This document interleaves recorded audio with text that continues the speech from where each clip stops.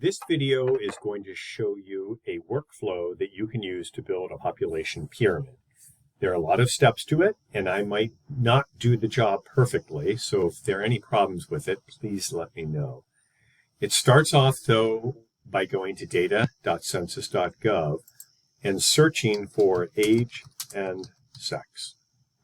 And when you do that, it should bring up this set of data, S0101, age and sex. Click on that. This will bring up age and sex data for all the United States, and you want to filter it to something that you would like to look at, some place. Don't pick a place that's too tiny, or you'll have a lot of missing data in particular age groups.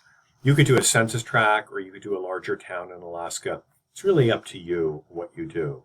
I am actually going to do a census tract filter, and I'm going to go to Alaska, and then I'm going to click on the Anchorage Municipality Census Tracts, and I'm going to scroll down here to Census Tract 15, which is actually the census tract that I live in. You'll see now that under filters, the S0101 data is shown, as well as the census tract filter. If we click back here, you will now see that we have all of the age and sex data that we need for this assignment for this particular census tract. What I want you to do is download these data as an Excel spreadsheet. So click on Excel up here once it's ready to go. And that should download those data, and we're going to open them up next. Okay, I have opened up the data now, and you'll see that there are two tabs in this workbook.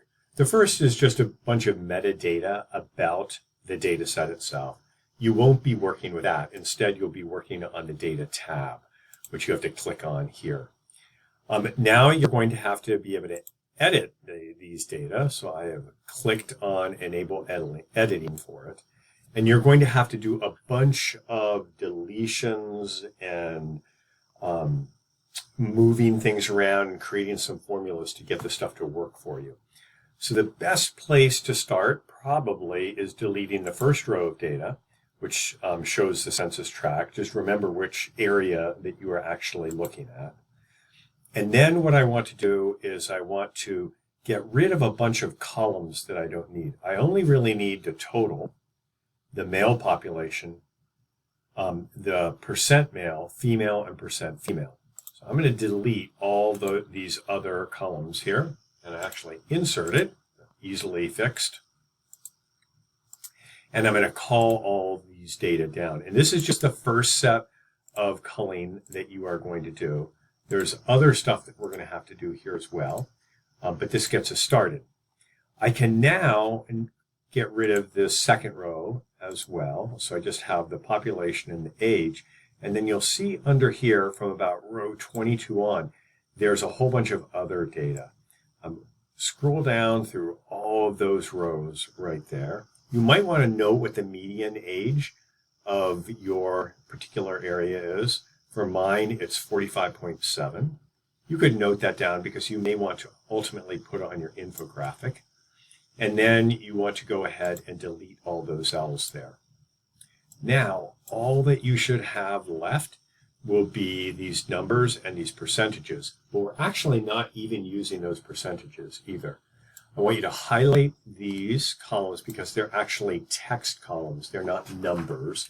And that will cause us problems later on, and clear them. And then do the same thing for the females as well. And then you have to go ahead and build a small formula to recreate the percentage of male.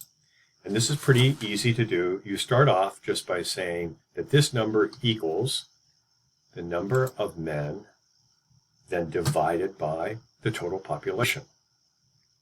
Now we want to do this for each of the columns with the total population. And the easiest way to do that is before you get off this out of this formula right here, to press the F4 button. And when you press the F4 button, it adds in these extra characters here that are going to allow that number to stay the same for each of the rows thereafter. So I'm going to hit return on that, and then I'm going to bring this entirely down here. And you'll see I now have a percentage of male. Problem is, it's not in a percentage form. So let's go back to the first cell right here and put a parentheses around this. And then multiply the number, which is an asterisk. And I'm going to multiply the male one by negative 100. And I'm going to hit return. And now it gives me the percentage of males in each of these age categories. I also want to change the format of these cells. So I'm going to go down to Format Cell, and I'm going to turn it into a number cell, and I'm going to change the decimal places to just 1 decimal place. And so now I have a percent male in negative numbers for each of these age categories. And I'm going to do the same thing for female. So you can see me do this again. This number is going to equal this cell, E4 in this case, divided by the total number. I'm going to hit F4, and I'm going to hit return so that I can theoretically bring that all down. But I'm just going to go back to this, and I'm going to change that formula, and I'm going to have it multiplied this time just by the number 100. So I get a positive number. And then I'm going to drag this down as well. I'm going to change the format of the cell to a number that only has 2 decimals, 1 decimal, excuse me. And so now I've created my own set of data that shows the percent male and percent female just for these age cohorts. So I am about ready to start building the population pyramid.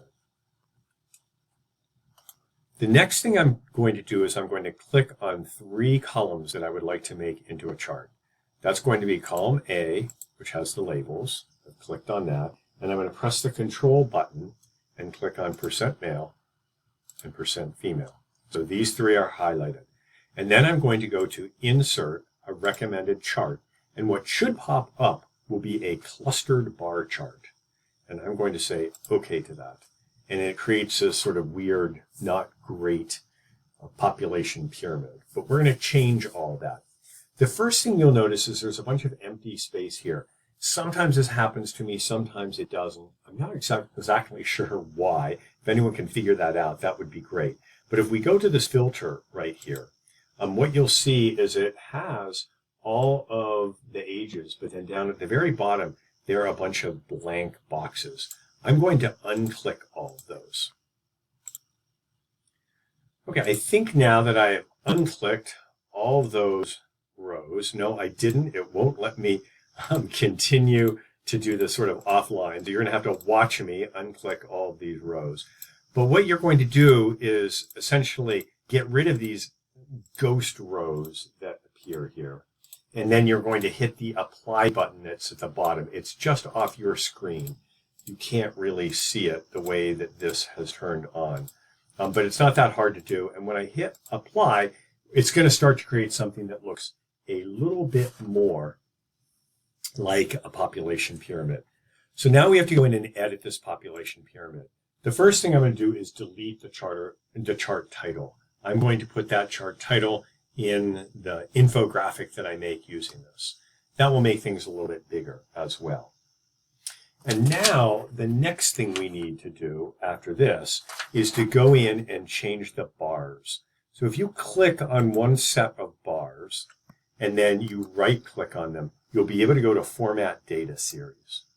And when you do that, you can change the series overlap here from 100% and then the gap width to 0. And we are now starting to get a population pyramid. You can also change the color of the fill here if you want to. And I'm actually not going to change that, but I'm going to change the border so that the lines stick out a little bit more. I'm going to click on solid lines, and then I'm going to give them a color that's sort of like a grayish color right here. And then I'm going to have to do that on the other side as well. And that can sometimes be tricky because you've got this y-axis labeling that's there. But you should be able to figure that one out pretty easily. And again, change the border to a solid line, and it has automatically chosen the same color for me. So now it really is looking like a population pyramid to me. The next thing I want to do is I want to click on the vertical axis and right-click on that, and again, go to Format Axis. Now here, what you need to do is go down to Labels, I believe, and you'll see that right now you have an automatic label, but because of that, it's actually skipping every other age cohort. If I go down to Specify Unit and make it 1, all of them appear.